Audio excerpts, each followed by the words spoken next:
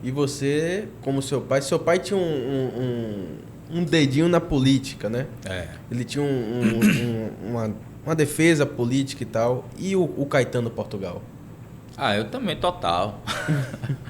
Total. Desde muito cedo, criança, que eu tenho noção que política é a linguagem, É a é a transformação. atividade mais importante.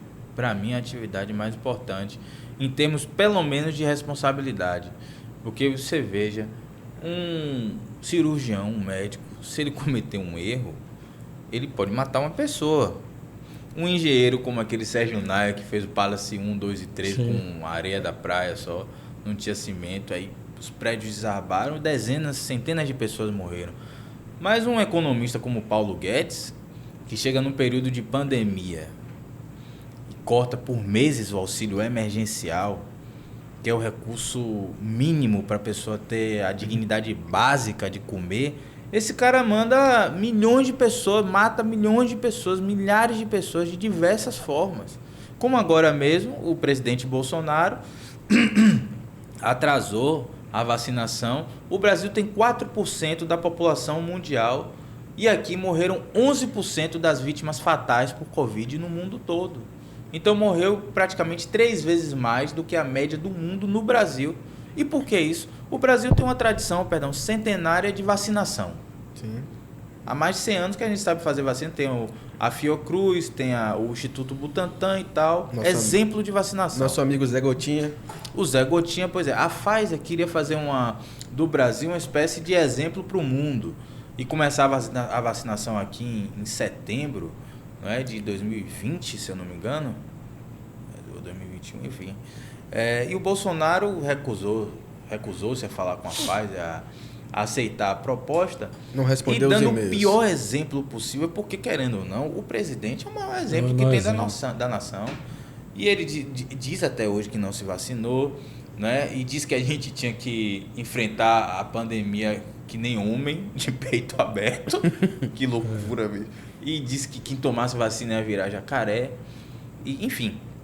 E disse que, praticamente dizendo que a pessoa mais pobre ela tinha que escolher entre o pulmão ou o estômago.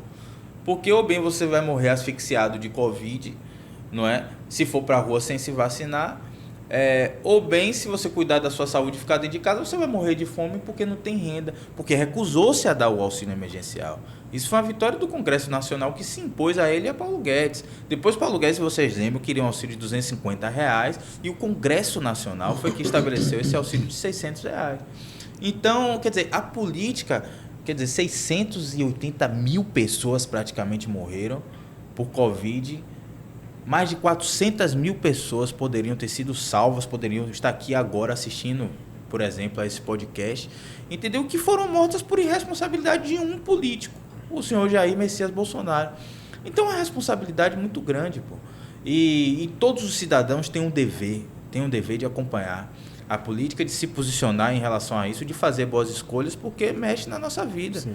Não é? Tá dentro da geladeira, no preço do alimento, tá no preço do combustível, tá no gás de cozinha, tá na oferta de emprego, tá no tamanho do salário, tá se você vai ter aposentadoria ou não, se você vai ter uma creche para botar o seu menino, se vai ter uma escola pública para o jovem estudar e ser alguém na vida. Enfim, tudo é política. Ou faz ou não faz, ou faz bem feito, ou faz mal feito, ou demora, ou faz ligeiro. Então, Não pode ficar parado, né? Não, assim, as pessoas são feitas de idiota, infelizmente. As pessoas são idiotizadas, né? Não por vontade própria, mas por força de uma mídia corporativa que a gente tem e que acaba sendo a boca da elite econômica, especialmente da elite financeira, que quer afastar as pessoas da política. E na Grécia Antiga, onde a gente é ensinado que é o berço da democracia, idiota era o sujeito que só se interessava pelos assuntos de dentro de casa. O carro dele, as viagens dele, o negócio dele, etc. Não é cidadão, ao contrário, era o sujeito que, além dos problemas domésticos dele, se interessava pelo destino da cidade. Se entrar em guerra ou não, se onde é que tinha a prioridade, se tinha que fazer o saneamento ali, ou pavimentar a rua acolá, ou construir o liceu. Não, os assuntos públicos. Então, o contrário de quem se interessa por política é o idiota, entendeu? E as pessoas são feitas de idiota porque quanto mais distante a gente está da política, especialmente as pessoas boas, os espertalhões se aproximam, porque o maior dinheiro é o dinheiro público para poder desviar e fazer fortuna pessoal. Então, como é que você vê essa cultura da massa? E às vezes a gente estava na rua, no dia a dia, você vê que as pessoas têm aquela concepção que política é coisa de ladrão, que é coisa de gente que não presta. Como é que você vê essa cultura? Isso é uma ideologia elaborada e disseminada pela elite dominante do país, especialmente a elite financeira hoje, e disseminada através dos grandes meios de comunicação. Quer ver um exemplo? Você liga o jornal, seja de qualquer dia, e quando o assunto é política, geralmente você vai ver apenas maus exemplos. Você só vai ver corrupto, você só vai ver ladrão, você só vai ver desvio. Tem que noticiar? Claro, uma das funções da imprensa, não é fiscalizar o poder e denunciar os atos de corrupção. Mas será que não tem bons exemplos de político? Meu Deus? Eu não conheço, não sei você, eu não conheço nenhuma atividade, nenhuma profissão em que 100% dos indivíduos sejam apenas honestos ou 100% dos indivíduos sejam apenas corruptos. Eu não conheço. Não é, quer dizer, o cara traficante, o cara... Não, 100% dos ladrões são ladrões mesmo, né? Mas 100% dos políticos não são ladrões, pô. 100% dos padres são honestos, são bondosos, tementes a Deus. 100% dos pastores ou dos pais de santo. Não, tem 100% não existe. Não existe. Toda unanimidade é burra, já diria Nelson Rodrigues. Um algoritmo que não fecha, né? E quer dizer, os bons exemplos não aparecem. E por que não aparecem?